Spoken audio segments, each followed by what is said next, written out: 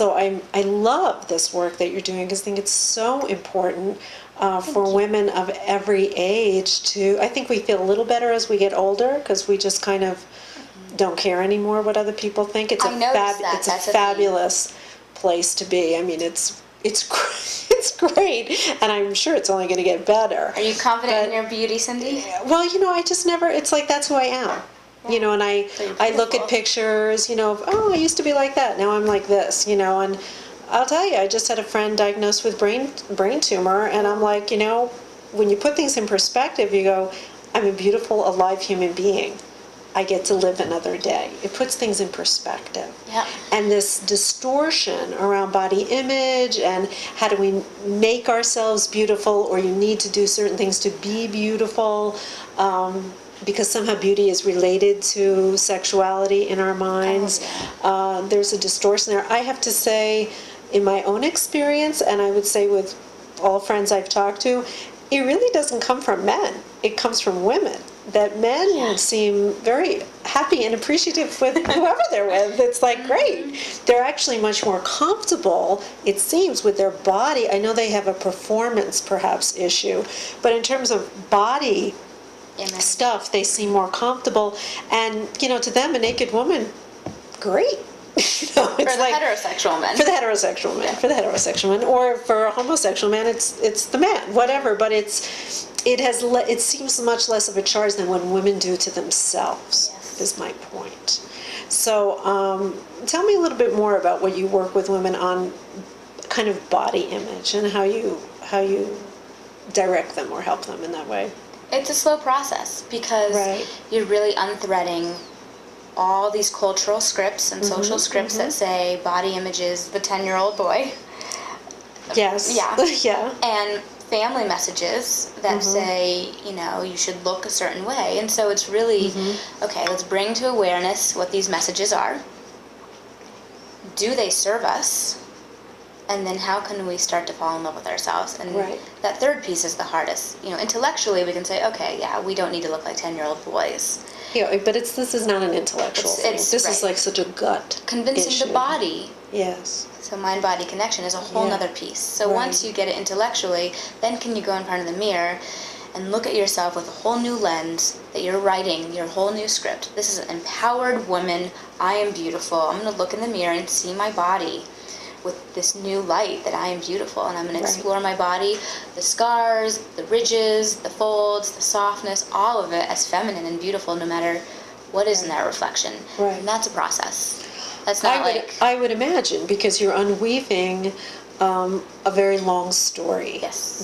That of course we've all been told for a long time. Yes. But you get to write a whole new story. So this is part of really your therapeutic process, is to become aware of the story that has been written, perhaps by you, perhaps by others, and now you get to rewrite your own story. And there you go, solution-focused approach. Exactly. Love that. Okay, so when you work with a couple, it would seem, again, this kind of issue of self-love and knowing what you enjoy and what gives you pleasure, and then learning to communicate it. Is that part of...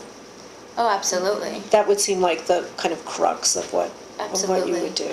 I mean, in the beginning, depending on the issue of the couple, I don't want them to have any kind of sexual activity. Right. We start off with just sensual exploration with self and with other, learning how to give and receive. For some people, receiving pleasure, just receiving a sensual massage on the back is really difficult. Right. And so what does it look like? Because they're used to being the giver, the caretaker, or just... They only know how to give, or they feel guilty receiving, or they have to redefine what pleasure is in the scope of a relationship. Right.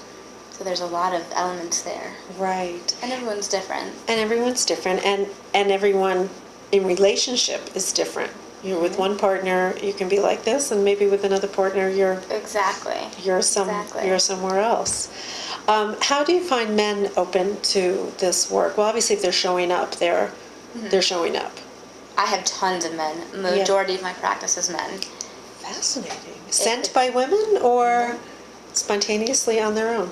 Usually it's erectile dysfunction, and my hypothesis is that if it doesn't work, let's fix it. Oh, right, because men are fix-it, kind of. Yeah. Women can go on and just, if their desire is low, then their desire to fix the low desire is also kind of low, and it kind of drags on, and then they realize, well, for the betterment of the relationship, maybe let's come in. Right. But if it's so I see a lot of individual men who are really, okay, I want my sexual functioning back.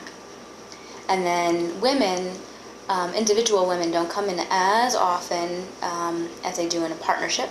Right. Unless they're really trying to work on orgasm issues. Right. And then what about the time issue? Because we chatted a little on the phone the other day, and I was saying, oh, well, younger women, aren't they a little more hormone driven? And you were like, oh, lots of young women, they literally don't have time to have sex. And I was like, wow.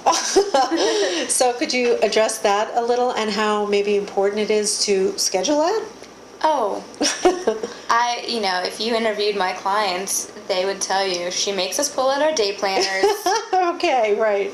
Or their iPhones and figure out their dates to have sex. Right, either by themselves or with their partner. Correct. Right. Or if it's not a sex intercourse kind of date, it could be intimacy. A sensual date, yes. Right. Or even just a time to sit down together. Because if I say go home and set a date, then that's not never going to happens. happen. Not going to happen. So. Right. And the whole idea of scheduling intimacy, it does seem contrived. That's because it is. But then again, if you remember, during times when you're dating, or you're courting or being courted, there are actually set times where you're going to meet, and you get to do the fussing and the preparing and the waiting and the anticipating, and there's a deliciousness in that gets lost when you're kind of just doing business life together every day. So I think the scheduling is a brilliant idea. And that metaphor you made, that's brilliant. That's exactly the metaphor I bring to them.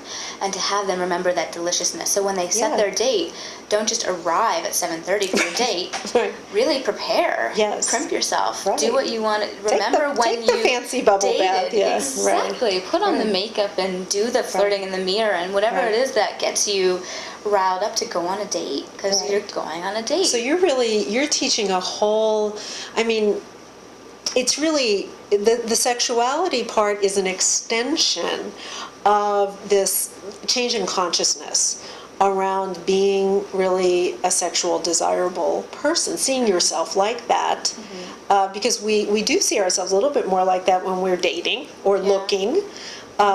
Sometimes not. Depends on what else is going on. But when you're certainly in a relationship, that can be put on the back burner. Yes. And often does get put on the back burner.